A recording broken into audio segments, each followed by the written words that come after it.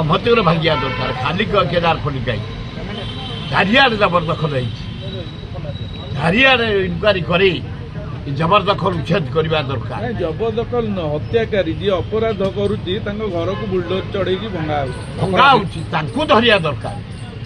ଘର ଭାଙ୍ଗ କିଛି ଆପତ୍ତି ନାହିଁ, କିନ୍ତୁ ତାଙ୍କୁ ଧର।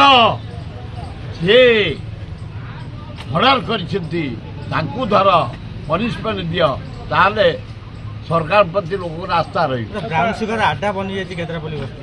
ନାଇଁ ଖାଲି କେଦାରଖଣ୍ଡି କାହିଁ, ଭୁବନେଶ୍ୱର ଚାରିଆଡ଼େ ଖଣ୍ଡଗିରି ଯାଅ, ଧଉଳି ଯା, ଆମ ବିମସାଗର ଯାଅ। ବିମସାଗର ରାତିରେ ଚାରିପାଖେ ଯୋଉ ବୁଲି ଯାଉନ, ଖାଲି ମଦ, ବ୍ରାଉନ ସୁଗର, ଚରସ ଚାରିଆଡ଼େ। ନାଇଁ ହତ୍ୟାକାରୀର ପରିବାର କହୁଛି ମୋ ଭାଇକୁ ବାନ୍ଧ, ସେ ଅପରାଧ କରୁଛି, କିନ୍ତୁ ଆମ ଘର କାହିଁ ଭାଙ୍ଗୁଛ? ନାଇଁ ନାଇଁ ନାଇଁ ନାଇଁ, ତାଙ୍କ ନିଜ ଘର ଭାଙ୍ଗୁଛନ୍ତି ନାହିଁ। ସମସ୍ତେ କହନ୍ତି ବସ୍ତି ସାରା ଲୋକ ଅଛନ୍ତି ଜବରଦଖଲ, ମୋ ଘର ଯିଏ ଭାଙ୍ଗିଲ ସମସ୍ତଙ୍କ ଘର ଭାଙ୍ଗ। ଜଣ ଘର କାହିଁ ଭାଙ୍ଗିବ? ଯଦି ଜଣଙ୍କ ଘର ଭାଙ୍ଗିଲ ସମସ୍ତଙ୍କର ଭାଙ୍ଗ, ଆଉ ଖାଲି ତାହେଲେ ସରକାରଙ୍କ ପ୍ରତି ସମ୍ମାନ ବଢିବ।